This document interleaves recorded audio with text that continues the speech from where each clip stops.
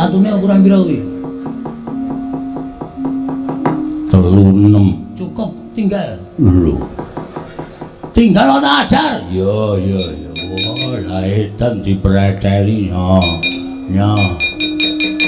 Ayo kowe anu apa jenenge bes kabeh. Wah, duwe anyar rombongan lurik. Ayo jalan kene. Ya, wah lah wis. Ya.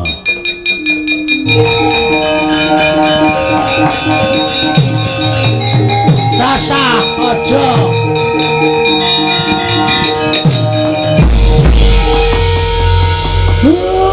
Syaratnya gampang ora Pak. Nek dipikir tata lahir pancen gampang ning batin ning ati ngrusak kuwi Pak. Kok iso ngono? Wis ora Pak.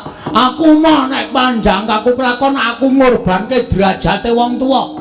Aku mau nek panjang aku kasembadan ning aku kudu ngorbane karo harga dirine bapak. Aja wis ora nganggo kayu Dewa Ndaru, ora nganggo kayu Jaya Ndaru ora masalah.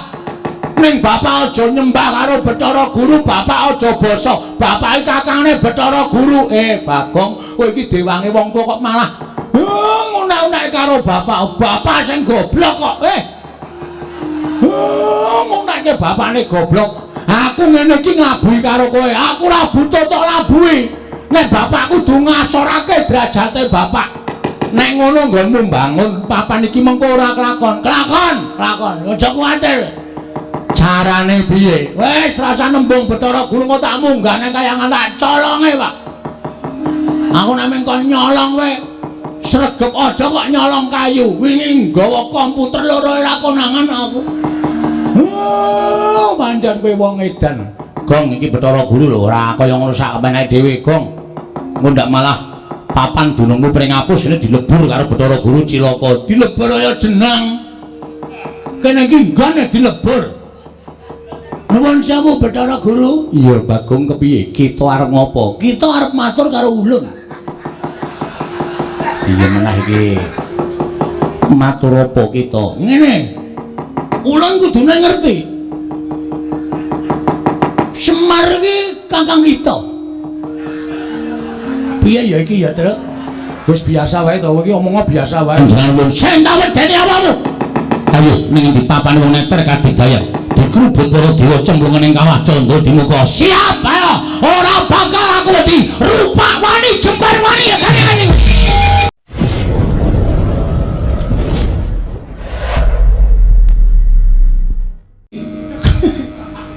Aku wis tau rono, Truk. Heeh. Tegese piye? Kuwi lho pokoke dienggo nyambut gawe para wong-wong karang pradesan kene merga ngene, Pak. Aku duwe niat kaya ngene iki nggonku duwe rasa tresna karo sanak kadang tangga teparo, mitra kawruh lan sapiturute. Wis terus-terus wae ya, Pak. Aku arep gawe papan dienggo nyambut gawe para wong-wong kuwi ning papan kene mbuh mengko dadine wujude apa kuwi urung terencana nang pikiranku. Iya. Apik kuwi apik. Mergo ngene, Pak. Tarewangi kaya ngene iki nggonku duwe rasa peduli karo kiwa tengenku karo sanak kadang mitra kawruhku. Aja mung padha meneng wae nyadong karo welasing Gusti aja. Ning wong ki diwenangake budidaya. Wong sing tanpa pambudidaya kuwi nek mung marep ngenteni nugrahaning Gusti ambok taunana windanana ora bakal kelakon. Anane kanugrahan ki merga menungsa budidaya sinartan donga nyuwun kanugrahaning sing gawe urip lumantar kabisane dhewe-dhewe. Ayo bener. Nah, mula Kang Sangka kuwi papan sing jembar iki ora tak nggo gawe omahku sing magrong-magrong sing apik. Ora, Pak. Ning papan iki arep tak nggo gawe papan supaya para masyarakat kawula ku iso nyambut gawe nang kene, iso dadi sarana pangupa boganing para kawula, Pak. Apik kuwi apik, Bagong. Lah kok luhur temen gegayuhanmu. Nggih, Pak. Apik. Sesuk masyarakat kiwa tengahku ya didaftarke lho, Gong. Masyarakatku ya didaftarke lho, Gong. Kowe rasa kuwatir, Tru. Rasa kuwatir, Reng. Kabeh mengko bakal tak tampung, aja kuwatir. Mergo iki milike masyarakat bersama supaya iso golek pangupa boga. Gegayuanku sing kaya ngono mau Bapak nayogyane menapa mboten, Pak? Sing jeneng wong tuwa nek weruh karo tumangkare anak sing duwe pikiran kaya ngono kuwi anane bapak ming manut, anane bapak ming seneng. Berarti bapak nyarujuki. Ya, aku sarujuk. Wah, matur nuwun, Pak. Andra. Bener kese, ora ngawur. Andra ingkang puspita rum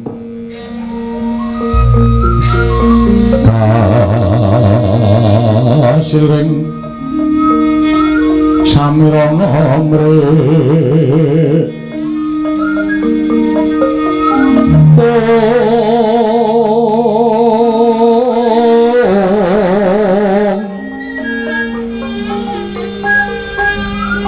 sekar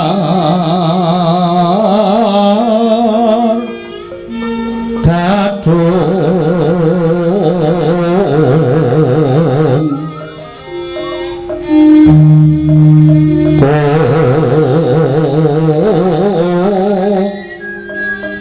ngas kandanyo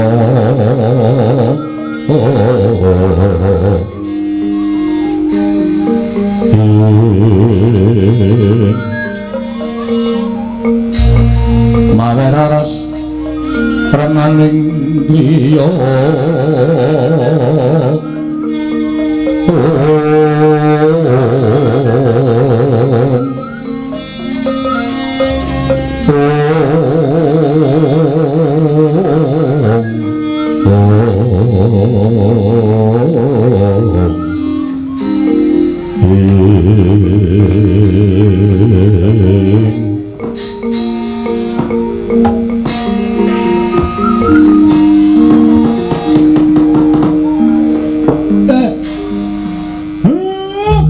gugek sadolita mel syukur dole.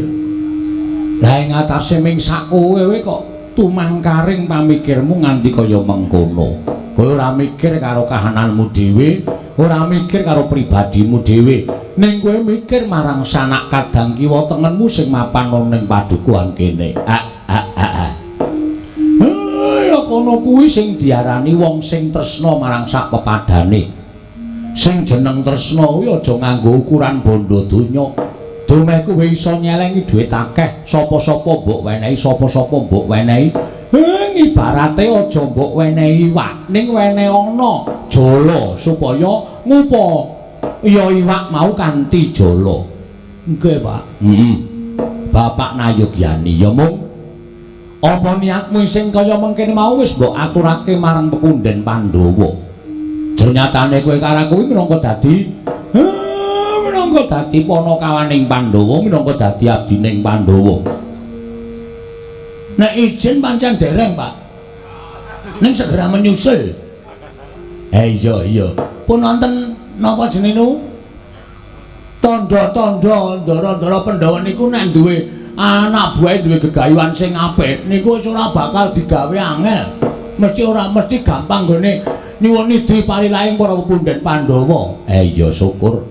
Apa ana sing wis tok cululuki rembug bendaramu Pandhawa? Sampun.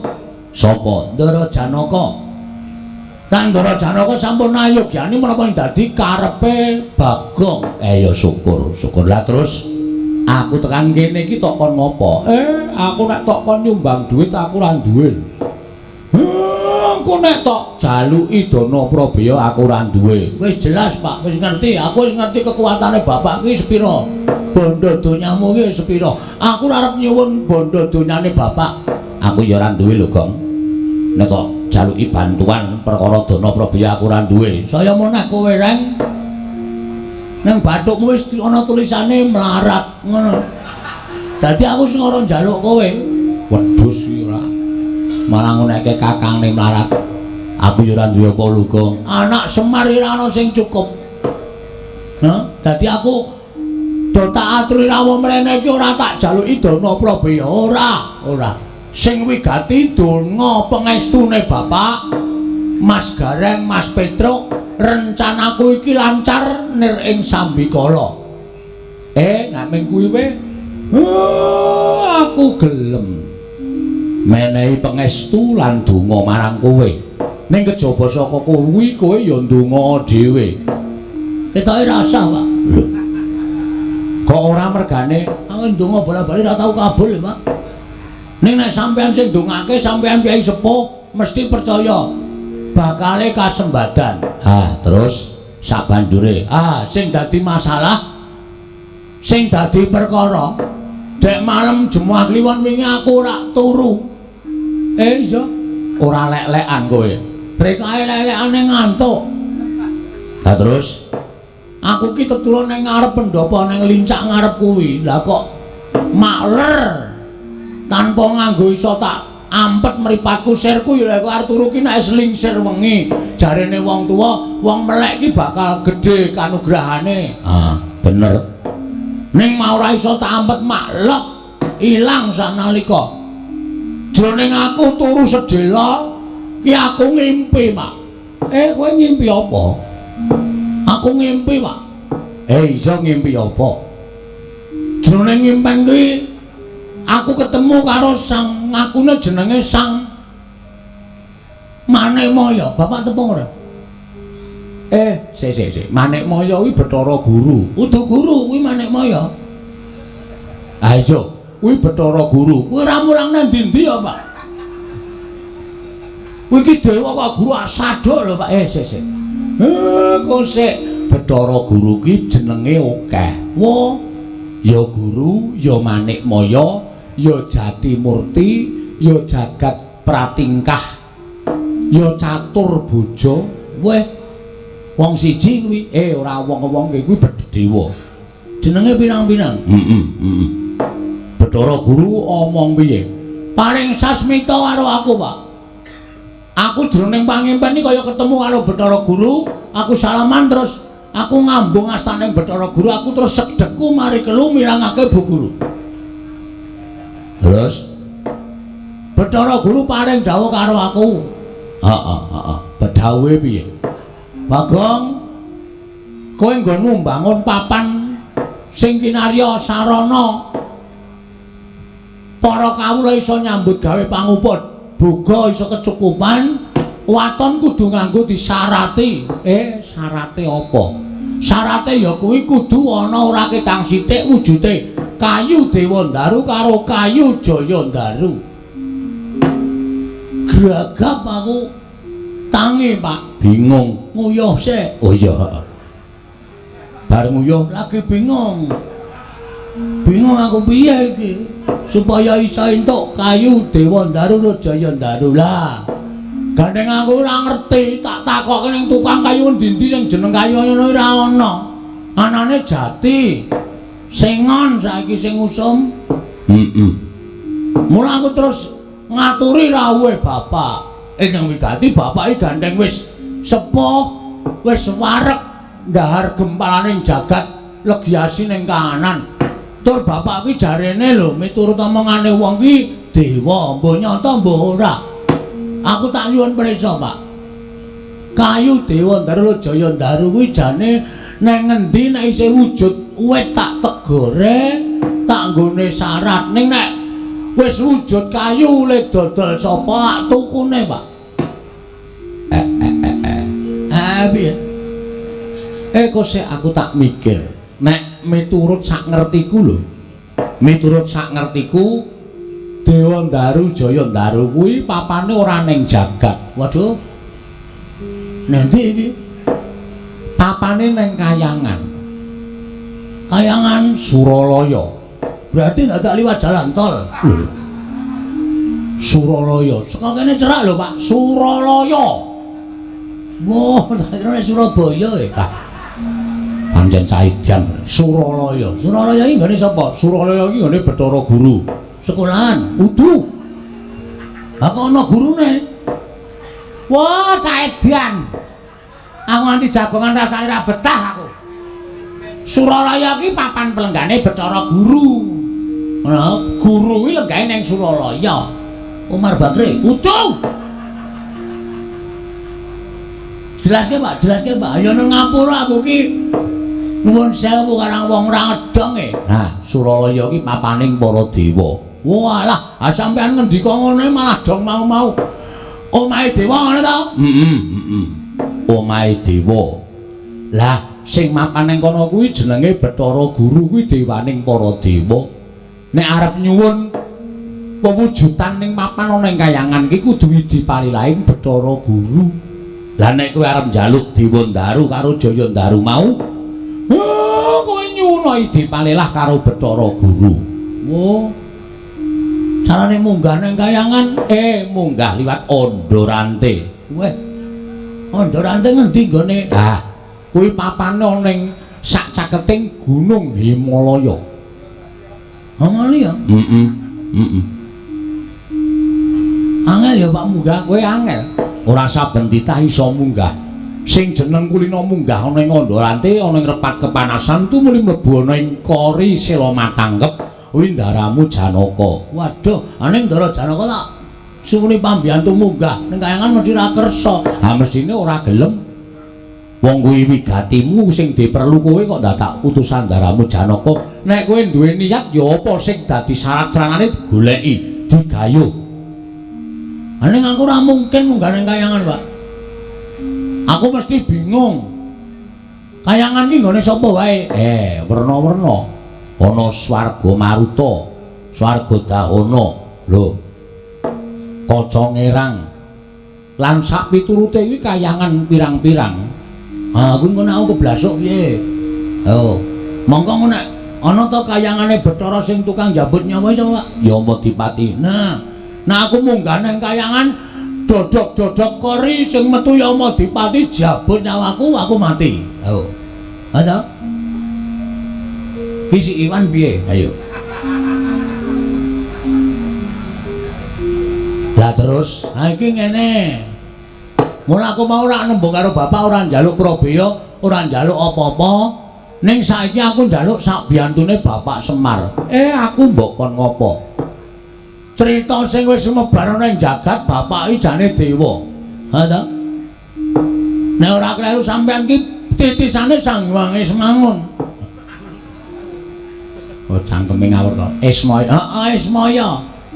Kuwi kakangne Bathara Guru. Lah, kene kowe paham, ngerti wae. Mergo aku maca setengah percaya setengah ora. Semar kok titis dewa. Nek titis dewa ora bakal uripe Semar kepenak utawa ora bakal uripe Semar sengsara. Ning mesti kepenak. Ning sebenarnya kowe iki ya mengkere terus. Apa ya bener kowe titis dewa?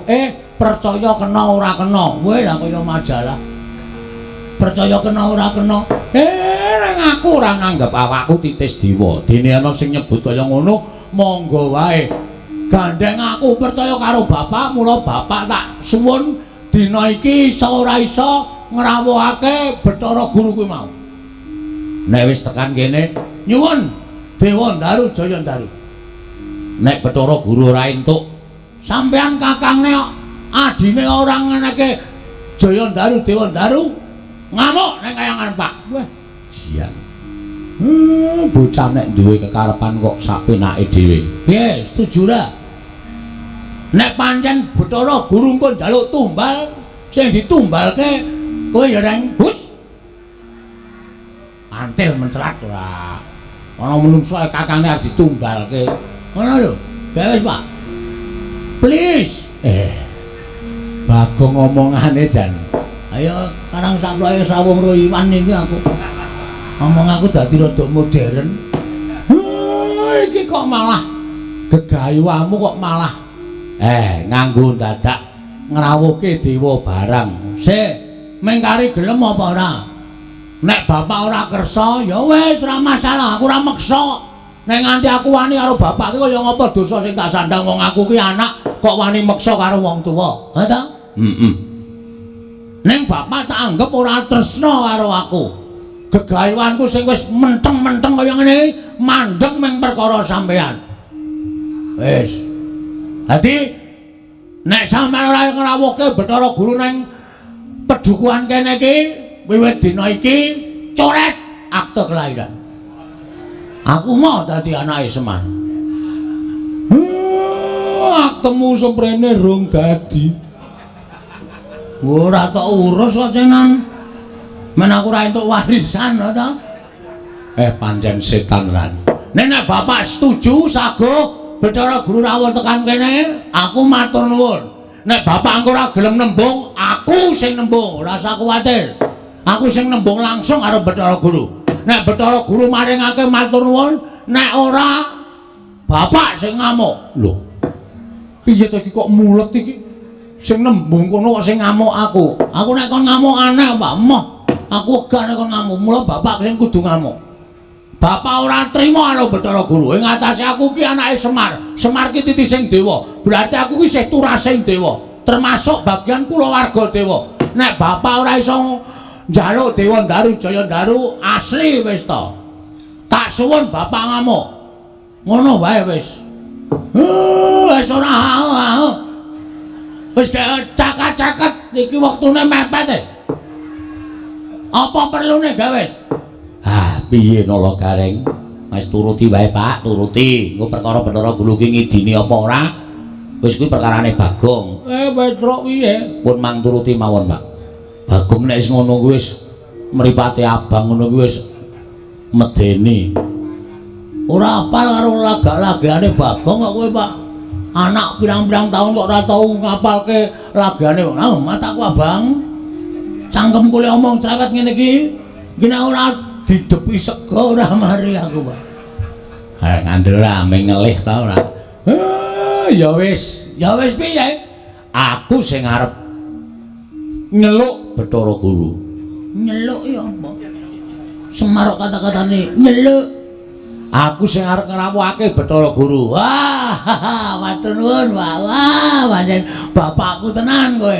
Engko nek kira-kira Bathara Guru tekan kene disuwuni ngampil Dewa Daru Jaya Daru ora ngeparengake bapak nesu ya. Ya engko aku tak nesu. Ning aku ki nek ora dilarani ora iso nesu. Engko agajul. Wis asa kuwatir engko langsung tak gajul saka mburi bapak men nesu. Ya wis engko ndak kowe cerewet bae. Ora rampung-rampung perkarane coba. Aku tak matek aji pameling. Piye maksude? Ngundang Bathara Guru. Nggih. Ora dorame lho, Reng. Truk. Bapak arep matek aji pameling. Ya, mengko Bathara Guru bek rawuh, bek lega pikirmu. Bathara Guru ya ken rawuh lega piro. Heeh. Kowe kono dolan sik, Man? Nggih, Pak. Bu kok suarane kaya aku, Truk? Ayo mbok. Masih mulak-malik suarane. Engko gek kowe urun, Reng. Kok antil dasmu modar ora. Kok aku ya curiga e. Ngerti-ngerti kok suarane kaya kowe.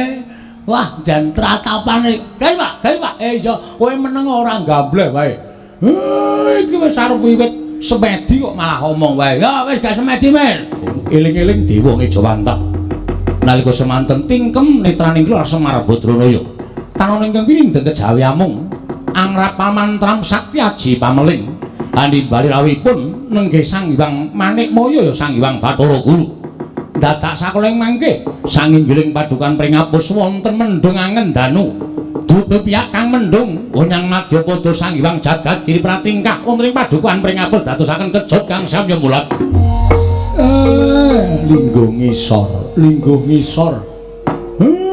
Bathara Guru wis rawuh. Iki dewa apa pemain sirkus, Pak? Badut tenan ora. Mau kon ngrawuhke Bathara Guru kok saiki ngunekke kaya ngono. Tangane kok papat. Malak kuwi jenenge. Bathara Guru ki tangane papat. Lah tuku klambi ndi? Mesti dadak ngadekke. Anjen badut tenan kok cah siji kae ora. Kaya ora duwe walate sapa-sapa lho, ora kena walate sapa-sapa nek omong sak penake dhewe. Manikmaya Padharjo sak pratamu Bathara Guru. Mastu nama sidam sekaring bawuna langgeng Kakang Semar. Tansah winantu ing suka basuki sowan kula Niskala. Kepareng kula ngaturaken pudya pangastawanipun ingkang rayi kunjuk. Ya tak tampa. Pangestuku tampanana ya Guru, kula pundi nggo jimat paribih ndayanana ing kasantosan Kakang Ismaya. Pukulun kula ngaturaken sembah pangabekti kula kunjuk Pukulun. Iya nala garing kula tampa. Makarya Bongbong Tyas Ulun ora liwat pangestu Ulun Tampanana. Kula pun dinggo jimat paripe dayana ing kasantosan. Dipun sekecaken anggenipun lenggah Pukulun. Iya garing kaya wis ora kurang prayoga. Pukulun lungaturaken sembah pangabekti kula kunjuk Pukulun. Iya pono kawan Petruk ndak tampa. Ora liwat pangestu Ulun Tampanana. Kula pun dinggo jimat paripe dayana ing kasantosan. Dipun sekecaken lenggahipun Pukulun. Iya Petruk kaya wis ora kurang prayoga prapta ulun ana ing padukuaning Bagong. Bathara Guru, Pukulun. Hah? Pukulun. Pukulun, ora pukulan. Mukul raimu iki apa piye? Pukulun kula ngaturaken sembah pangabekti kula kunjuk Pukulun. Iya Bagong ulun tampa. Pangestu ulun kebat kita tampani. Bagong Pukulun sanes kita. Iya, nanging ulun nyebut kita ya kanggo sebutan kita. Kita piye maksude? Kula ngaturaken bekti kula kunjuk. Iya wis ulun tampa. Pangestu ulun kita tampani. Oh, ditampani bareng-bareng. Kita. Wah, ya wis sak goblok. Kita iki kowe. Aku kita. Nek aku ki ulun. Sing positif aku ki ulun apa kita? Kok kowe muni kita ki kowe ulun ni aku ki ulun apa kita? Ulun lamun nyebut kita kuwi kita. Lha, kuwi modiar ora kowe. Iki suwe lho engko tenan. Nek ora paham angel iki.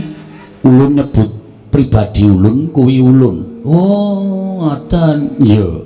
Dadi lamun ulun nyebut kowe kita. Kula niku kita. Iya. Lamun aku ulun. Oh, nggih, Pukulun kula tampi wonten asta kita. Nering sambikala bekti kula kunjuk wonten ngatenipun paduka ulun nggih Pukulun. Petruk wonten dawuh. Piye Petruk cemplungke kawah Candra di muka mawon? Sapa sing cemplunge kawah? Kowe kuwi. Yo, dadak nganggo klambi renang ora. Padha kaya nggonku kuwi kawah Candra di muka iki papan neraka lho, Gong. Kowe yo aja udah mati kok. Bagong pangestu Ulun Tampanana. Kebat kula tampani. Nering sambikala dipun sekecaken anggen jengan dika lenggah. Pukulun. Iya Bagong, kaya wis ora kurang kepenak. Mekaten inggih. Apa to sababe dene ulun karawuhake ana ing padukuhan papan dunung kita Bagong? Wekdal sacepakipun kula aturaken dhateng Kakang Semar, Bapak Semar. Mir. Wis gak omong, Mir. Kowe mundur. Siap. Aku tak omong karo Bathara Guru, kowe ora usah dadak melu-melu omong mengko ndak malah Bathara Guru kagol atine ora maringake apa sing mbok suwun. Nggih, Pak. Guru wonten dawuh Kakang. Sing gedhe pangapuramu yen to aku ngrawuhke kowe ya. Ya senadyan aku kuwi tata lair ta batin, aku dulurmu tuwa. Ning aku ora duwe wenang ngrawuhake dewaning para dewa. Jering mangreh para Jawata kuwi adiku Manik Moyo. Mboten dados menapa Kakang Semar. Menawi jengandika Kakang betah kelawan ingkang rayi, kula tartemtu namung sumadya ndederek dhateng resa paduka Kakang Badranaya. Ya, matur nuwun, matur nuwun. Ha iki ngene. Rawuhmu ning omahe Bagong, lan aku saiki mapan ana ing kene iki, jane aku rak ming nampa penangise anakku lanang Bagong to. Lho. Nampi penangisipun Bagong sababipun menapa? Bagong kuwi duwe gegayuhan. Ya kuwi bakal mbangun papan ana ing kene iki dadi papan sarana nggone para kawula bisa makarya lan entuk pangupabuga. Ning jarene Bagong kuwi ngimpi, impene Bagong supaya rancak nggone padha mbangun iki mengko kudu nganggo srana ora ketang sithik ya kuwi kayu Dewandaru lan kayu Jayandaru. Mongko mapane eneng kayangan. Hah. Mula tumuli aku ditangisi dening anakku lanang Bagong, gandeng aku kuwi disebut Kakang Kayangne Bathara Guru aku Sanghyang Ismaya mesti wae aku iso ngrawuhake marang Manikmaya tumuli aku ngrawuhke marang adikku Manikmaya ning pringapus kene ingkang wigati mbok ana mulunge atimu karo anakku Bagong maringono ora ketang sithik ya kuwi wujuding kayu Dewandaru lan kayu Jayandaru men supaya Bagong nggone mbangun papan iki mengko rancak niring sambikala nganti tekaning paripurna yen kowe njaluk ijol-ijole apa yen kowe njaluk liru-lirune apa mara gage kowe matura karo aku nang jeneng aku wong tuwa kowe tetep mungan anak polah bapa kudu kepradah nek anakku wis polah bapakne ora pradah ndak dikira aku muspra le anak-anak ing atase anakku nangis kok aku wong tuwa meneng bae ing atase anakku njaluk kok aku mung mangku tangan ora nuruti karo karepe anak engko ndak dikira aku seneng anak-anak ning ora iso nuruti karepe anak mekaten Kakang iya menawi kula mekaten menapa sampun paduka ngendikaken kula sampun nampi syukur lah terus wangsulamu piye nuwun sewu selaminipun kula menika dados dewaning para dewa sinembah para jawata para kawula estining manah kula menika tasih gadah raos gelo Kakang lah ngopo lah aku mbiyen tok singkir-singkirke supaya lunga saka kayangan mbok wadul karo Kanjeng Rama pukulan Sang Hyang Tunggal nalika aku padha gojek karo Kakang Tejamaya tok kandhake nek padha regejegan mung kepengin rebut dadi dewaning para dewa wekasan aku didukani terus dikon nguntal pagering gunung sih kulon lan pagering gunung sih wetan dumuli rusak ragaku kaya ngene terus didunke saka kayangan lah kowe wis menang gone nyingkirke karo kadang-kadangmu dulur-dulurmu kabeh tumuli kowe dadi dewaning para dewa kuwi sing tok gayuh wis kasembadan mula aku tulungono aku sing wis trima urip ana ing jagat iki gage tulungono srana kowe nulungi karo anakku babagan perkawis menika estunipun boten dados petangan kula lah terus namung kemawon slaminipun kula winisuda dados dewaning para dewa nuwun pangapunten Kakang Semar tasih wonten kagol kageling manah kula pendak-pendak kula lenggah wonten ing Sela Kandawaru Binangun wonten ing Bali Martya Kundha Manik aglar sangganing para jawata para widodara widodari samya manembah dhateng Manikmaya inggih ingkang rayi sedaya para kawula boten wonten ingkang wantun mrengkang kaliyan pranatanipun Bathara Guru sedaya para titah ing mapan wonten ing jagat boten wonten ingkang wantun mrengkang dhateng dawuh parentahipun Manikmaya namung kemawon wonten setunggal titah wonten ing jagat ingkang dumugi sak mangke boten purun nyembah boten purun tata krama kaliyan Bathara Guru sapa kuwi lah kok dadi menungsa kok nekate ora jamak wani nranyak ora tata krama wani nranyak ora nganggo ganggo karo Bathara Guru apa ora wedi karo soting Manikmaya Kakang Semar Bagong badhe kula paringi kajeng Dewandaru tuwin Jayandaru menawi titah setunggal menika purun nyembah kalian kula saha purun ginakaken tata krama mawi basa mboten ngoko kados ingkang sampun dipun tindakaken kok sik kowe jane sapa ta kuwi sapa menungsa kok nekate kaya ngono mboten sanes kejami namung Kakang Semar pribadi Kakang Semar piyambak monggo kula aturi naliti dhateng kawontenan panjenengan kula menika dewaning para dewa nadyan panjenengan menika kadang kula mestinipun kedah ngagungaken asmanipun Jawata ngagungaken asmanipun ingkang rayi dipun prisani kawula semanten kathahipun teka Kakang Semar mboten ngatonaken anggen jengandika ngajeni dhateng dewaning para dewa panjenengan boten purun nyembah kalian Bathara Guru panjenengan boten purun ginakaken tata krama menawi Kakang Semar kersa nyembah kaliyan Bathara Guru kersa ginakaken tata krama kaliyan pun Bathara Guru kula badhe maringi kajeng Dewandaru tuwin Jayandaru kelawan Panakawan Bagong Kakang Semar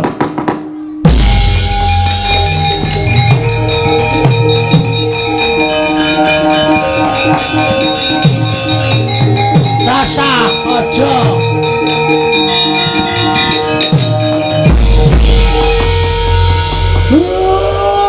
syarate gampang ora Pak. Nek dipikir tata lair pancen gampang ning batin nang ati ngrusak kuwi Pak. Kok iso ngono? Wis ora Pak. Aku mau nek panjang aku kelakon aku ngorbanke derajate wong tuwa. Aku mau nek panjang aku kasembadan ning aku kudu ngorbane karo harga dirine bapak. Aja wis ora nganggo kayu Dewa Daru, ora nganggo kayu Jaya Daru ora masalah. Ning bapak aja nyembah karo Bathara Guru, bapak aja basa. Bapak iki kakangne Bathara Guru. Bagong, kowe iki dewange wong tuwa kok malah ngunek-unek karo bapak. Bapak sing goblok kok. Ngunekke bapakne goblok. Aku ngene iki nglabuhi karo kowe. Aku ora butuh tok labuhi. Nek bapak kudu ngasorake derajate bapak. Nek ngono nggonmu mbangun papan iki mengko ora kelakon. Kelakon. Aja kuwatir. Carane piye? Wis rasa nembung Bathara Guru kok tak munggah nang kayangan tak colonge, Pak. Aku nek kon nyolong kowe sregep aja kok nyolong kayu. Wingi nggawa komputer loro ora konangan aku. Pancen kowe wong edan. Gong iki Bathara Guru lho, ora kaya ngono sak kepenake dhewe, Gong. Ngundak malah papan dunungmu pring apus ini dilebur karo Bathara Guru cilaka. Dilebur kaya jenang. Kene iki nggone dilebur. Nuwun sewu Bathara Guru. Iya, Bagong kepiye? Kita arep ngopo? Kita arep matur karo ulun. Iya menah iki. Matur apa kita? Ngene. Ulun kudune ngerti. Semar iki kakang kita. Piye ya iki ya, Tru? Wis biasa wae to, iki omongnya biasa wae malah. Kita ulun kaya basa anu kae lho. Kalau kaya basa Banyumas ki rak beda. Halah, nek basa Banyumas ki nek kowe iki, nek aku ki Inyong. Nek kowe iki Rika. Ngene. Rika. Wah. Malah dienggo. Ngene mawon Pukulun. Nek Pukulun nyuwun syarat srana bebana bapak kudu nyembah, kudu ndodok, kudu tata krama karo sampean, aku sing ora entuk. Yen kita ora entuk, kita ora bakal entuk kayu Dewa Daru kalawan kayu Jaya Daru. Ora masalah. Ora entuk Dewa Daru, ora entuk Jaya Daru, ora apa-apa. Nek nganti sampean kelangan 3 wit, aja salahke Bagong. Apa kita wani negur kayu Dewa Daru lan Jaya Daru kang mapan ana ing kayangan. Lho, ngapa aku wedi? Milik perhutani tak tegara. Pamane men milike dewa. Tak colong aku cah nekat Bagong wis to aku ndak dadi perkara. Iki nek ora dadake perkara ora tekan esuk, men. Cah kok ngayal ora jamak-jamak ora. Wis kowe santai wae, kowe meneng. Kita arep ngopo? Kula mboten sarujuk, kula mboten mathuk. Wani wonten jawab. Siap-siap. Omong mbokmu. Aku arep perang karo dewa. Nggih, Pak, ngedanken dawuh. Yen pamit, Pak. Lho, Cereng padha suaramu, Cereng. Mbok ora caturan ora. Nek sampeyan ajeng njaluk bapak supaya tata krama aku sing ra entuk. Lho, yen ngono kita wani karo dewa. Apa kita ora wedi lawan para Jawata? Nuwun sewu. Kula niku dadi wong ora ana sing tak wedeni. Bagong ki landhesane siji, bener. Kula garis bawahi, aku kuwi wong bener. Wis. Aja kok sampean. Wis. Kerubutan para dewa, ora bakal aku wedi. Kita bakal ulun banjut. Kita bakal ulun banjut. Banjut iki wae, Pak. Banjut ki dipateni. Arep dipateni kok? Iya. Kita ulun banjut ulun cemplungake ana ing kawah Candradimukha. Ora masalah. Gong, kawah Candradimukha ki nggone para wong-wong jahat. Lho, aku wis pantes mangkon ning kono. Aku kan ya wong jahat. Ada? Mboten apa-apa. Nek sampeyan iso mateni kula, ning carane sapi mang jagal sik pukulan. Mang jagal sik. Nek kula wis iso apa jagal arep tok bleh sakarmu, arep tok keleti sakarmu, arep tok tongseng sakarmu. Ning Bagong ki menungso. Tak mut sirahmu sisan. Ana wong lagi omongan tok engko nek njaluk lagu-lagu ki engko. Dalane wis bengak-bengok ora. Sampenake dhewe. Nek sampean aja ngasorke derajate bapak kula ora trima. Bagong kita wani ron panjenengan ulun. Sing tak wedeni apamu? Gong wah jan bocah iki wis. Iki nek dadi apa-apa piye? Reng ora usah cerewet iki sar dadi kok ndak ora gek metu-metu. Kowe iki aja omong wae. Nek ditinggal omong ora metu-metu. Mulai bocah. Mulai. Iki maksudnya Bathara Guru gen metu njaba, men nesu terus gelut, terus apa perlune, terus lakone diterusi kok meng hae. Tegese kita wani karo kadewatan. Sing kula wedani namane. Pokoke Semar wong atuamu kudu basa, kudu nyembah kelawan ulun paringi syarat ing kok butuhake. Mboten. Nek kudu Semar basa karo sampean, Semar kudu nyembah karo sampean, kula ora entuk syarat ora apa-apa. Ning kosok baline. Sampeyan ora menengke Dewa Daru Jaya Daru. Rawe antas malang kaputung. Kita wani karo panjenengan ulun. Sing tak wedeni awamu. Ayo ning ndi papan wong neter kadidaya. Digrubut para dewa cemplungan ing kawah candra dimuka. Siap ayo. Ora bakal aku wedi. Rupak wani jembar wani kane.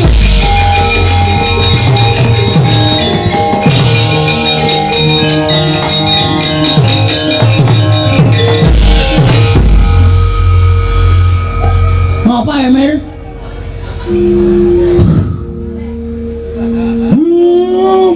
Mula penyakitku ki ra mari-mari. Ngrasake Bagong. Aku dadi kowe wani lho Bathara Guru ki sing ngakon sapa? Ora ana sing ngakon. Aku dadi wani. Aku wong nekat kok. Nek kowe nekat kowe ra entuk kayu Dewa Daru Jaya Daru. Ora entuk ora masalah. Ngopo? Lah mau jare entuk sasmitane Bathara Guru. Pancen iya. Lah bapakmu wis bantu karo kowe kok kowe malah tumindak dhewe karepmu piye? Ora piye-piye.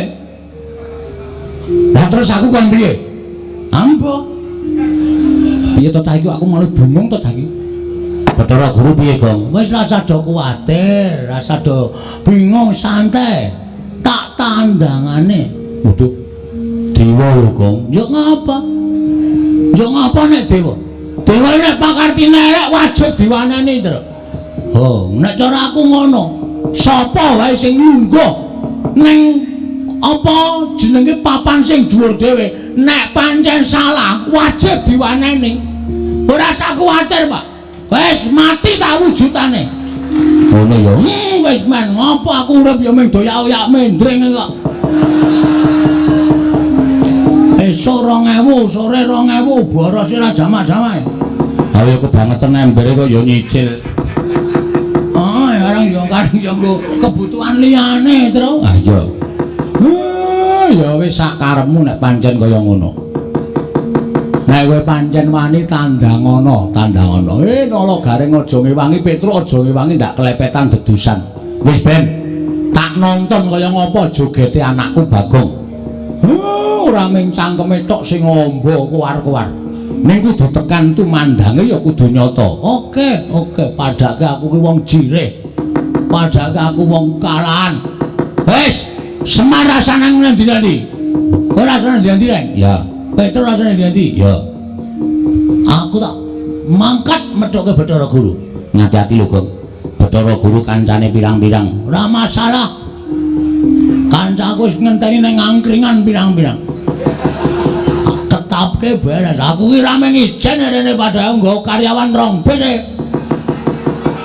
Mangkemu mengijen aku ora aku ya kok rombongan. Dadi nek kira-kira dewa-dewa do ora meneke Dewa Daru Jaya Daru, aku sing bakal nyogok lungguhing para dewa. Ya, sekarang Wis ya, Tru? Ya. Ayo, Pak. Ya, sing hati-hati kono. Seneng aku duwe adi sing ngomong apa ya? Ora dong. Pareng ya, Pak? Iya sing hati-hati. Wis, lenggah sing saka kepenak. Aku mangkat aku. Wit. Ngopo kok ora sida? Aku perang kok atiku ora nyaman ya, Pak. Ora nyaman apa? Ketak kandhani, Pak. Gareng seneng karo bojoku. Apa iya? Kuwi sok WA, aku sok ngonangi kok. Ngopo, Reng? Ora kok. Ora ya kowe wong tuwa senengane ya aneh-aneh ora. Ayo nggo kesibukan kowe, Truk. Kesibukan dengkulmu melocot kuwi ngono kok ya. Tulung dijagake ya, Pak. Iya. Ya, engko kowe dhewe seneng. Dapurmu ora, bojomu bisu. Justru kowe malah ora nyuwara. Memang. Pon lenggasem sekeca ya, Pak. Aku tak metu njaba. Ya sing ati-ati, Bagong. Pethoke aja kuwatir, Mir.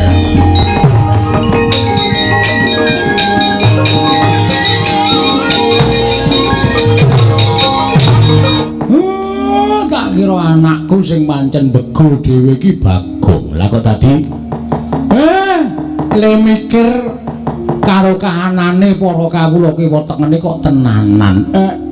Ora nyono. Jebul lah kok dadi tulus lahir batine nggone kepengin menehi papan pakaryan kanggo para kawulane sak badukuan pringapus. Syukur Bagong. Bumbung isi madu njabamu elek nanging jeromu lah kok kaya ngono kahanane. Ngono bener ngendikaning para sepuh Girilusi jalma tan kena kinira, Bagong. Dalah. Lah menika lak gampil to, Di. Menika perkawis ingkang boten angel. Paduka menika kedange muti bilih Kakang Badrana ya nggih Kakang Semar menika kalebet kadang paduka piyambak. Turti nemu werda saking paduka Dipanasti Bathara Guru mila menawi atmajanipun Kakang Semar menika nyuwun supados sak mangke boten ketang sekedhik paduka Dipanasti Bathara Guru maringaken Dewa Ndaru lan Jaya Ndaru menika kula kinten boten kawratan. Estining manah kula mapan mekaten. Lah lajeng sabab menapa paduka ngawi sangganing para Jawata, para dewa mlempak wonten ing mriki? Krana sak mangke mugi andadosna ing kawuningan. Sareng Bagong matur ingkang kados mekaten tumunten kula matur lawan Kakang Ismaya. Pangandikanipun Adi Prabu Bathara Guru kados pundi? Kakang Rada prisa piyambak. Estunipun tasih kogel kagelan manahipun Manikmaya krana sasampunipun kula dados Jawata. Dewaning para dewa mangreh Triloka sangganing para titah boten ngemungaken jalma menungsa nadyan jin setan pripayangan sedaya sami manembah kalawan ingkang rayipun Jatimurti. Klebet para Jawata ugi manembah kelawan pun Manikmaya. Namung setunggal titah ingkang boten purun manembah dhateng ingkang rayipun Manikmaya inggih menika pun Kakang Semar. Tumunten kula matur dhateng Kakang Ismaya kedah wonten syarat serananipun. Syaratipun menapa? Syaratipun boten saestu jawi namung titah setunggal menika kedah ginakaken tata krama sarta nyembah kelawan ingkang rayipun Jatimurti. Mangke rumiyin titah ingkang dipun ngajengaken Adi Prabu Bathara Guru menika sinten? Mboten sanes kejawi namung Kakang Semar piyambak. Kakang Rada. Nika ya aeng-aeng. Lajeng menawi Kakang Semar kemawon mbok menawi sarana nglabuhi dhateng atmajanipun Bagong piyambakipun badhe purun nyembah tuwin nindakaken tata krama kaliyan pun Manikmaya. Nanging jebul ingkang boten trimah Bagongipun piyambakipun utawi Bagong boten nglilakaken menawi Kakang Semar manembah kalawan ingkang rayipun Jatimurti. Pun memper. Mergi Bagong menika sampun ngertos bilih Kakang Semar menika kadang dika werda. Tegesipun sepuh Kakang Badrana tinimbang paduka Dipanasti Bathara Guru mila mboten aneh. Tumrap kula raosipun Bagong menika mboten kedugi amargi tiyang sepuhipun inggih menika kedah nyembah dhateng paduka Dipanasti Bathara Guru mongko ingkang tinemu taruna. Tegesipun paduka menika mboten kok ngaturaken utawi ngendikaken syarat srana ning panjenengan menika ngendhak dhateng derajatipun Kakang Semar. Menika mboten prayogi lho, Di. Kakang Semar menika kula warga paduka piyambak. Kakang Semar menika kadang paduka werda. Mila menawi saking pamrigipun ing Raka ing Sidhi Pangodal-udal, Dewa Ndaru lan Jaya Ndaru menika kaparingna dhateng pun Bagong. Menika mangke mboten badhe wonten tetembungan krimikan dadi grojokan geguyon dadi tangisan. Namung maringaken Dewa Ndaru lan Jaya Ndaru kemawon awratipun ngados menapa ta wong nyatanipun tetukulan menika tuwuh wonten kayiwangan kathah sanget. Mila menawi Bagong menika nyuwun sekedhik kemawon tartemtu paduka Dipanasti Bathara Guru tentu maringaken dhateng pun Bagong. Sampun ngantos namung perkawis alit kados mekaten dipun dadosaken perkawis ingkang ageng. Kakang Rada, punapi? Malah srana menika dados pancatan anggen kula badhe ngendhak dhateng Kakang Semar Badranaya. Tenan to. Malah kedawa-dawa ora karu-karuan. Lah menapa paduka diprasi Bathara Guru wantun dhateng Kakang Semar menika dados pancatan. Menawi Kakang Semar badhe wantun kaliyan kula malah Dewa Ndaru lan Jaya Ndaru mboten badhe kula paringaken dhateng pun Bagong. Panjenengan prisa piyambak watak wantune anak-anake Semar menika panjenengan kedahipun sampun apal. Bagong ngantos nggadahi sloga kados mekaten menika tertentu nggadahi pemanggih sanes tegesipun kados pundi. Bagong menika wong gleleng, Kak Bagong menika wong panjen wong nakal. Nek nganti Bagong terus gawa graji munggah teng kayangan wit-witan Dewa Ndaru Jaya Ndaru disenso kabeh pripun? Ada taya kowe. Wah, Bagong niku wong nekat. Bagong dirajongi karo garek karo Petruk, sentek kayangan. Kakang Rada, punapi? Ing mekaten Bagong sakmangke badhe kula patrapi paukuman. Ora taya malah tekan ndi-ndi? Semare luput Bagonge diluputke. Inggih, kedah mekaten. Terus Bagong badhe kula pejahi. Lho, kok dipun pejahi pripun? Amargi sampun wantun kaliyan kula. Bagong boten nyawang menawi Bagong menika namung ditah kula menika dewaning para dewa.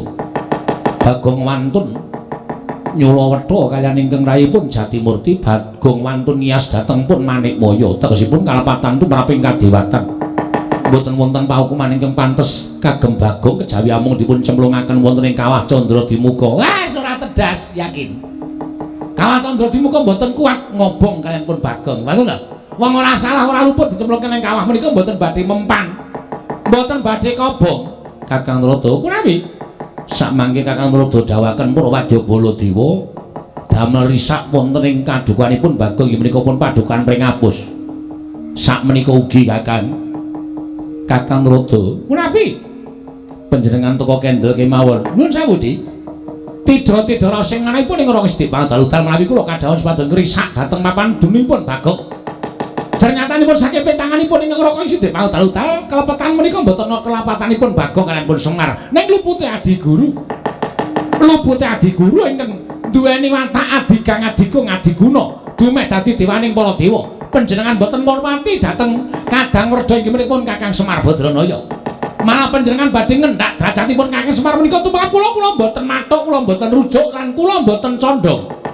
Menawi Kakang Rada boten mathuk lan manggihipun Bathara Guru tegesipun Kakang Rada wantun dhateng pangaos kula. Boten badhe wantun. Nanging kula menika kamituaning dewa.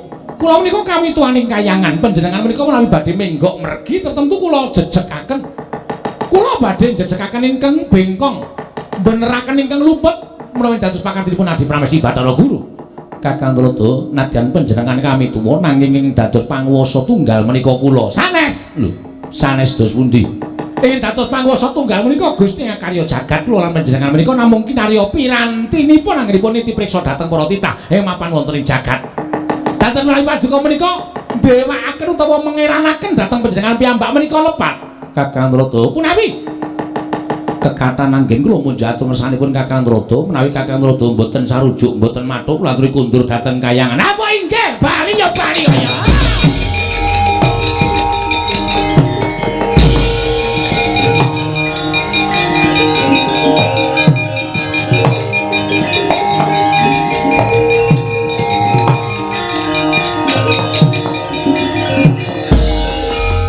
Pandhita kang ginarya wangsih pindha kombang ngajaping tawang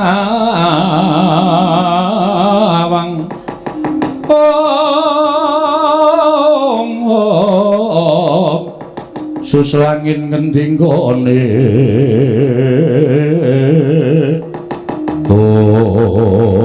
Indra wonten timbalan kulun Brahma wonten timbalan kulun Yama Dipati nggih wonten dawuh kulun penyarian lan pathuk dina samengko aja wedi kangelan saka palilah ulun kita ulun keparengake gawe rusak ning padukan mring abus syukur bagi kita iso ngrangket Panakawan yen perlu Kakang Semar babar pisan bandaran astane kerincungan sikile bakal ulun boyong ning kayiwangan yen Kakang Semar ora keduga nyembah kelawan Bathara Guru ulun ingkang bakal mentala kalan Kakang Badranaya prasta dapaduka Rama Bukulun nyuwun pamit Madal pasilan bidal dinan samangke sing ati-ati aja kaya bocah cilik Surapati Brahma lan Yama Dipati.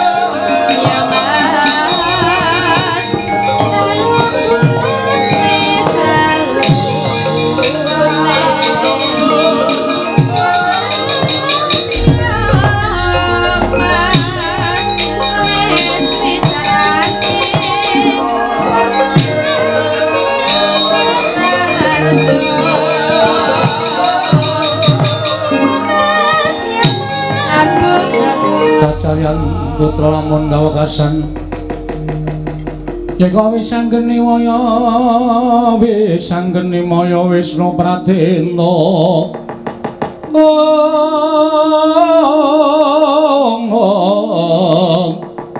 wis anggeni maya Wisnu Pratenda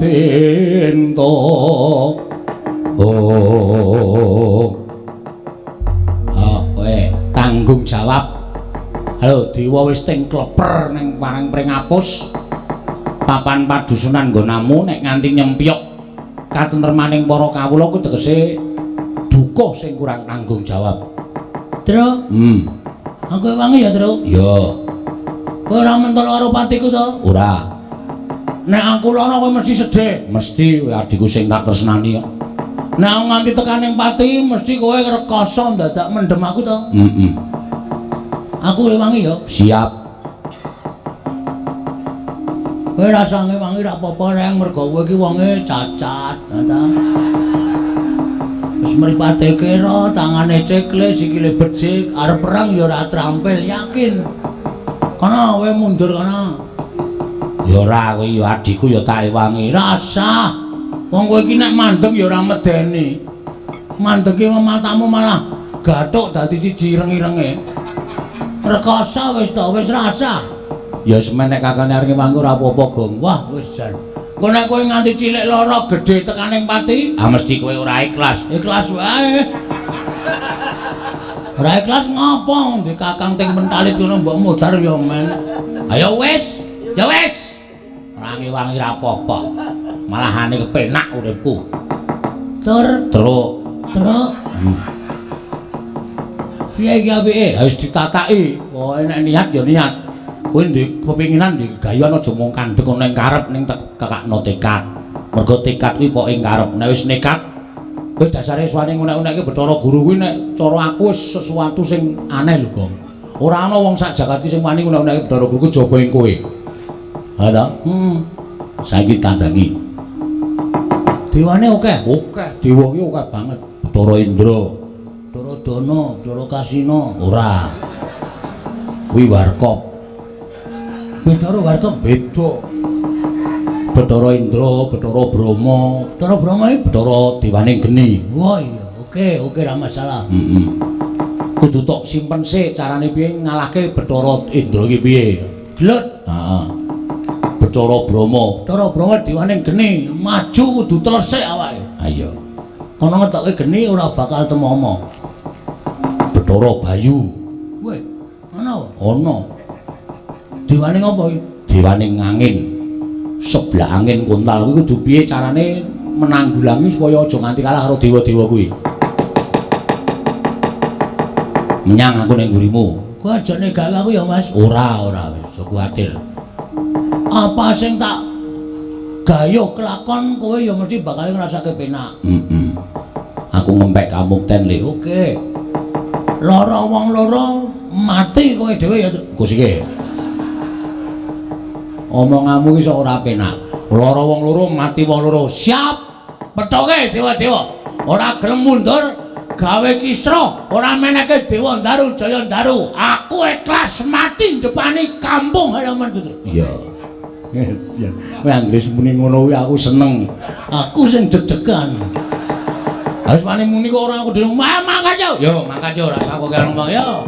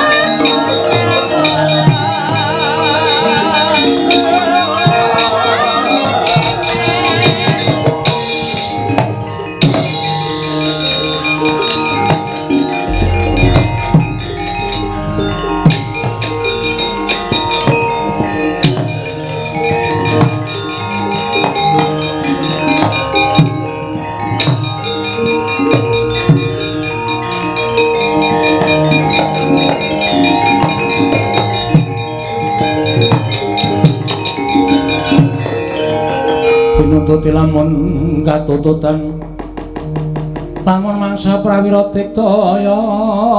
Oh, sapa itu? Dewa Jenenge kowe biasane sok apal? Bathara Indra kita. Dewa sikile ora kambal malu. Ora, Ilmu hitam. lho. Ilmu hitam iki Kancane Wanda iki udu mancing kancane ra entuk kok entuk dhewe. Nganggo ilmu hitam. Kuwi omongane sapa kuwi? Takoni, guys. Sampeyan sapa? Dewa? Lho. Takon marang ulun. Heeh. Ulun sapa? Lho. Ulun Sang Hyang Bathara Indra. Oh, Sang Hyang Bathara Indra. Dasar Pranyata Bagong. Dalem Sapa sing wani karo Sang Hyang Jatimurti? ora ana. Lho. Kok ora ana pitu meneng to? Ora ana to? Ora ana sing wani karo Jatimurti to? Iya ta? Embuh. Ora ana. Nek aku mangsuli omongane Bathara Guru pancen tak wangsuli. Nek aku wani karo Sang Hyang Jatimurti ki ora ana. Sapa sing wani karo Sang Hyang Manikmaya? Ora ana, kuwi ngarang meneh kuwi. Nek aku wani karo Bathara Guru pancen wani, nek karo Manikmaya aku ora wani. Gong, Manikmaya ki ya Bathara Guru, Jatimurti ki ya Bathara Guru. Oh, satu orang toh? Satu orang. Wah, ya dimaaf. Ora ngerti aku. Aku sing wani. Bagong, Nun, kowe ngerti ora? ora Ngerti. ngerti, ora ngerti kowe. Yen Bathara Guru kuwi sembaning para titah. Lah kok dadi kowe wani? Ngene, Ndra. Lho, Buan iki kowe sidane ya gelut ndak basa-basanan ya, Tru. engko nek kuwalan Ora wae. Aku tau nguyuhi sareane ra kuwalat kok. pancen nekat lan. Nek Bathara Guru pakartine apik, adil tumraping titahe. Aku ora masalah, aku ora arep wani karo sapa-sapa. Cah cilik kae ya, Ndra, nek bener aku wedi. Ning grango kaya ngapa, nek salah aku ora wedi. Arep derajate sundul langit, nek salah wajib tak benerke. Mergo iki suara rakyat, Ndra. Ngono. Dong apa itu? Embuh. Kok plek. Tatin mumbul kok ora. Kok pleke akeh banget. Kok mumbul. Lho, ih kowe. Hah? Dadi aja dumeh Bathara Guru ki dewaning para dewa, terus ora ana sing maneni, terus ngendak gunaning jalma. Sapa-sapa kudu manut Bathara Guru, sapa-sapa kudu manut Bathara Guru. Apa Bathara Guru tidak boleh salah? Hah? Meng dijaluki Dewa Ndaru karo Jaya Ndaru, meng tanggo syarat. Lah kok Semar kon nyembah karo Bathara Guru anggepe apa? Semari bapakku, Ndra. Semari wong tuaku. Nek ana menungsa sing arep ngendak derajate bapakku, aku ora ikhlas. Aku ngewangi wong tuaku. Lho, malah wani karo aku. Aja kok kowe. Kowe iki anake Bathara Guru to? Iya. Ana nomor papat to? Iya. Kowe kok ngerti? Menurut buku. Ngono kuwi nek sejarah aku ora ngerti wong lairmu ki, aku ora ngerti bidane sapa kok. Hah? Aja kok kowe bapakmu ki nek salah kudu tak benerke. Aku bapakku kok nyembah, kok kon basa, kok kon tata krama. Ora mungkin. Ora iso. Bapak ki tuwa bapak mangane Bathara Guru. Bathara Guru sing kudune basa karo bapak. Menggone unggah-ungguh ki Bathara Guru sing kudune nyembah karo bapak. Bapak wis gelem dadi titah, gelem dadi wong cilik, gelem dadi pamomong, ninggal kamukten kajewatan. Dipasrahke Bathara Guru kok wis dadi wong cilik, dadi pamomong, kok isih kon nyembah karo Bathara Guru. Model apa kowe? Ayo ge omong-omongan. Piye meneng wae iki? Stay. Nek omong jan mentes. Bathara Indra nganti meneng wae. Meneng wae nek terus ngampleng cilaka iki. Lu ngomong ning ora gek plek-plek mana ora apa-apa nek meneng wae terus dis ngono. Aku ora siap, Petra.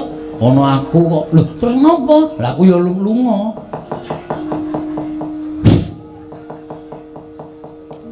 Ndamu mripat. Ngopo? Aku tekan kene kon bondo karo kowe. Kuwi apa bener Pak Kartine? Hah? Salah apa aku? Luput apa aku? Aku nyolong apa? Aku nglarani sapa? Kar dibondo kaya penjahat. Cacing tak kepidak menungso ngolet butuh males, Ndra. Bagong ki menungso. Duwe perasaan. Anak kowe areng nglarani karo aku nek iso bangga. Wani karo Setawet dari awakmu. ora minggat kene markaning patimu. Tipanane Petro. Sing nantang ki kowe. Oh jare mau ngewangi.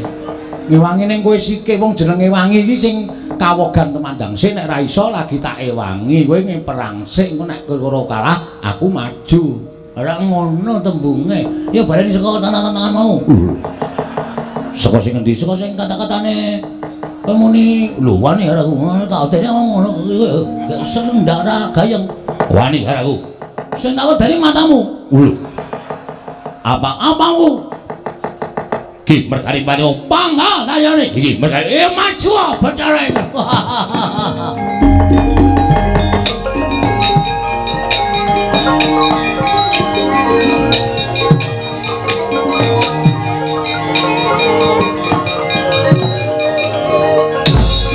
mati.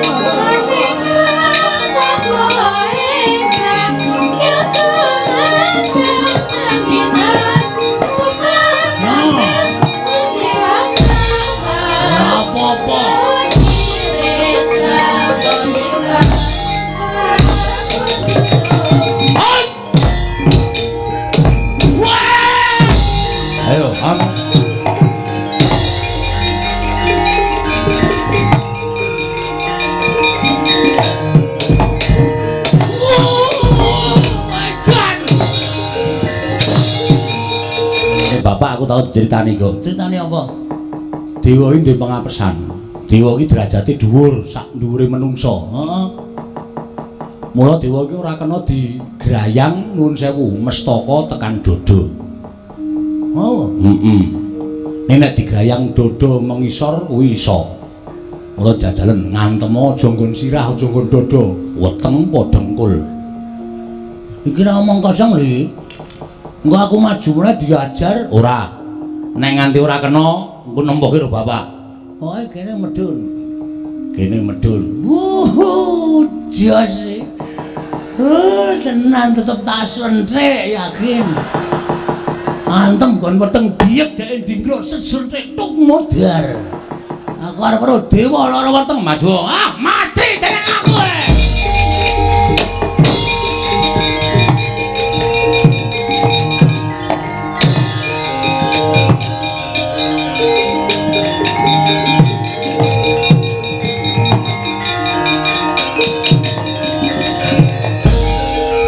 Ngopo iki? Ayo ditutuke Mas yo. Diantem mestakane ingsun. Pecah siramu. Pecah yo. Canggleleng padake anak Semar dantem anake Bathara Guru kalah. Trimo ora dadi yungku sikek. No. Lagi ngampet ya. Ora males kowe. Dia nampa tenane sampean tak antem kok ora kena. Titah ora bakal kewagang sarta iso grayang dewa. Yakin? Yakin. Wis mantep kowe muni ngono. Wis. Apa tak anggap aku ora iso ngantem karo kowe? Iya. Yakin? Yakin ki apa? Yo kok tak jak ngomong yakin ta iki. Memantapkan lho. Iya. Nganti iso ngantem aku bumi langit tangkep. Piye? nganti iso ngantem karo aku bumi langit tangkep Sambata legane atiku kowe. Waduh, untung mati aku.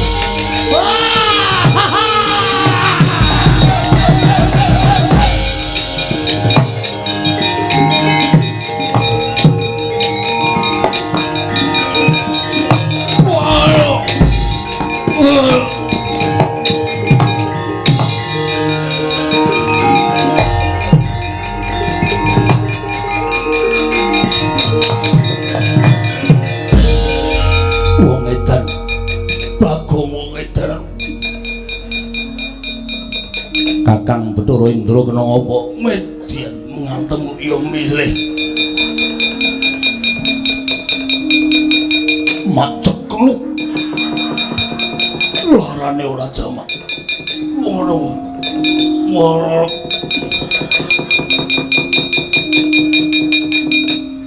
Sapa iki? Ulun Bathara Brama. Weh, dewaning geni. Iya, Nyilirake Mas. us. Anggo ngopo? Engko udot ra ndek geni. Ngene. Wong edan. Wah. Aku yang kurang ajar tenan. Dewa-dewa dadi ece tenan. Arep ngopo kowe? Ngewangi Bathara Indra, ha? Hah? Ayo, apa tak anggap aku ora iso ngantem para dewa? Sampya mungsuh aku kowe. Wiladal ngedapi-dapi temen. Wani karo aku. Sing tak wedeni apamu? Ulun diwaning geni. Ora wedi. Ora wedi. Kowe paling mengetoke geni sak lumbung bantu ngono kowe. Bu, aku nyemplung blumbang. Genimu ora ana gunane. Ayo, muni ya. Sing dadi nyatane candak aturke Bathara Guru nampa pidana. Kowe candak aturke Bathara dosen. Nampa pidana kowe. Edan aku musuh Bagong kok malah rasane ora kepenak to. Kuwi berarti arep kalah kowe. Mundur wae. Atimu ora penak to? Iya. Kalah kok yakin.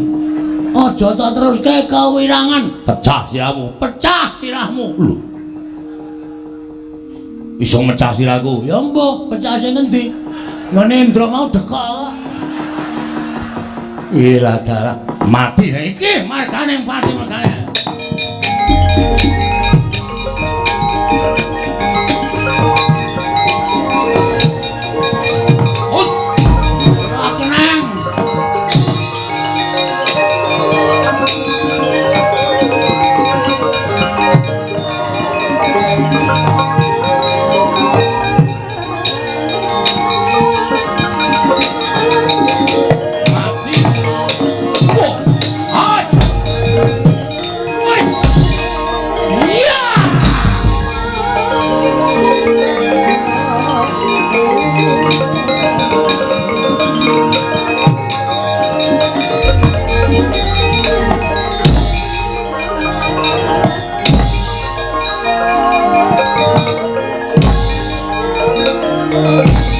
Ayo Manaso. Ya.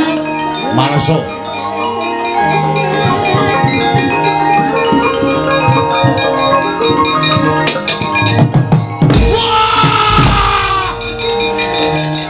Mati aku.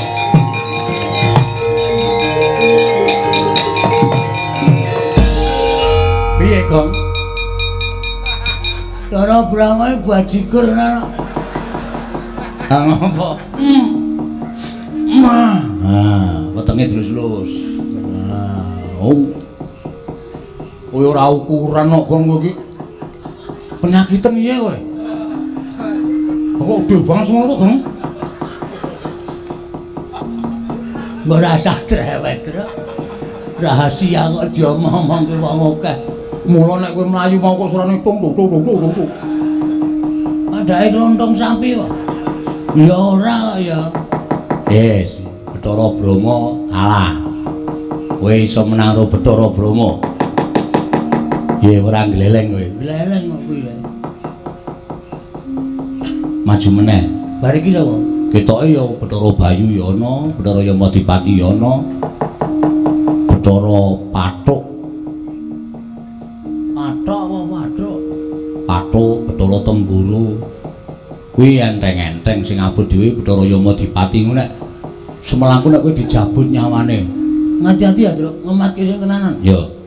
Nek nganti aku dijabut nyawane tututi lho, Tru. Ya, ya. Nek ora tak tututi aku mati tenan. Nek aku mati piye? Yo. Kowe ya sedih to? Ah sedih. Aku adimu. Ah iya. Mula tak awas-awasi saka kene. Nek kira-kira engko Bathara Yamadipati arep njabut kowe praetno ngati-ati lho, Gong. Heeh. Bagong aja mlayu legane ae.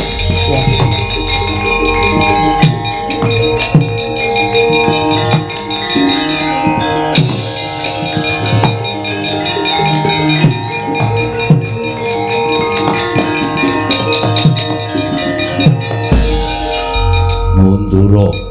Kowe aja nganti wani karo dewa. Iki Yamadipati. Iya. Kowe sing jabuti nyawane titah. Iya, pancen kepara nyata. Ora gelem semingkrak jabut nyawa cemplungke kawah Candra Dimuka. Piye? Jabut nyawamu, jabut tenan iso mati dene. Wah.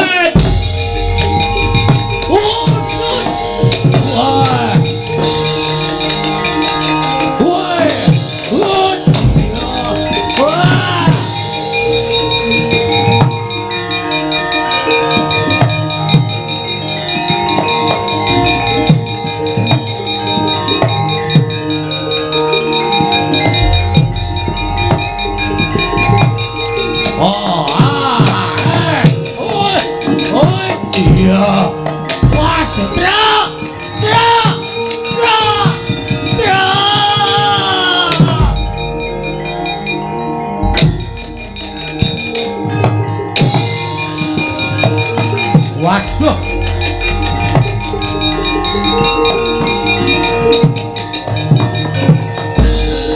Wah, tenan ora. Mati kowe, Gong. Kadane ngayal. Ya wis mati kowe kelangan nyawa tenan tau yae le. Tak jaloke.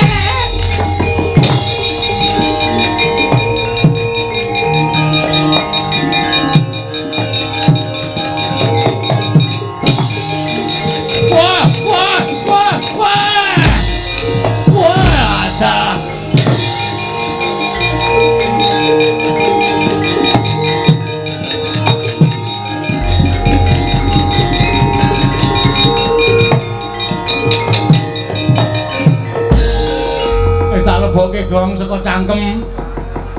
Nanging le, aku ngerti Yamadipati tangane kaya gegem apa terus tak rebut mbok wujude apa terus tak timloke ning awakmu. Tangi Gong.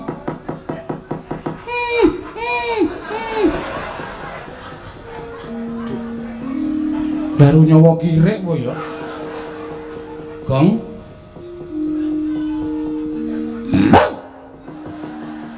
Waduh. Emoh. Mbah wis cilaka.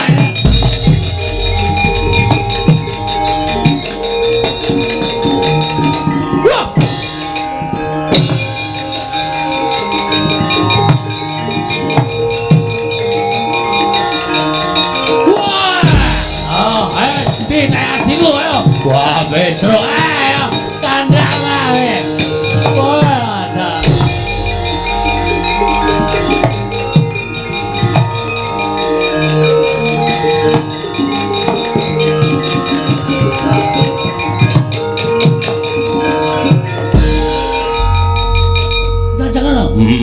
alhamdulillah bener Gong. Yamadipati iki jebul nggawa nyawa pirang-pirang. Masa? Kaya aku mau wis urip e. Lho, krasa ta kowe? Krasa. Enak ngomong karo orane, kleru nyawa kire. Wah, jan. Arep tak dol to? Ora kok. Arep didol-didol ora.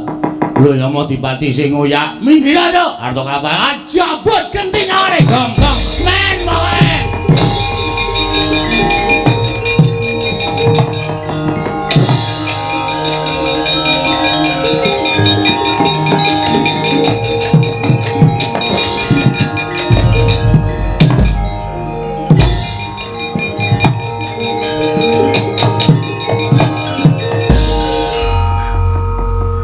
Kok sabut genti amut dar wae. Ajake anak Semar iso njabut nyawa to iso wae anggere mlebu nggawa arit ra kekreki kabeh. Saedan ora. Balekke, Gong. Ora arep tangu. Lho. Arep dingu piye nyawa kok dingu?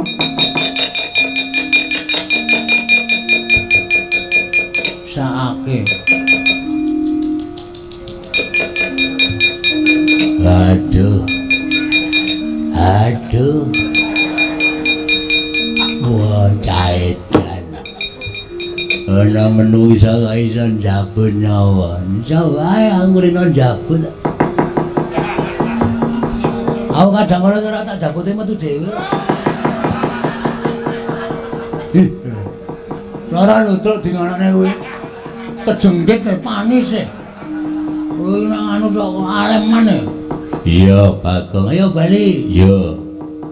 Sepatune ukuran pira kuwi? 36. Cukup tinggal. Lho. Tinggal tak ajar. Iya, iya, iya. Wah, laedan dipreteli ya. Ya.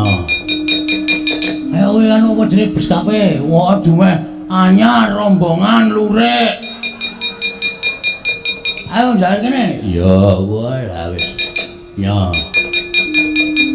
Nah, iki tampane. Lho, apa iki? Silet. Lho. Nggo ngopo? Kuwi dikerok jenggone kuwi. Lho. Ben ngopo? Ngihu kok jenggot. Ngihu ki wedhus ben mana? Oh, yo men kuwi senengane kok senengane. Wis ana mulih kana. Yogi kowe. Wis bali kana. Mewah ajar dhewe. Wah, aku tak mulai, Bagong. Wah.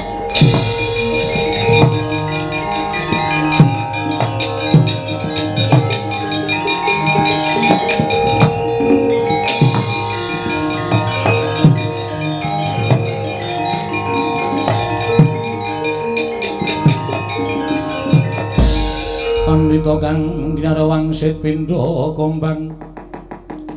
Pindha kombang angat saping tawang susah angin ngendi nggone. Oh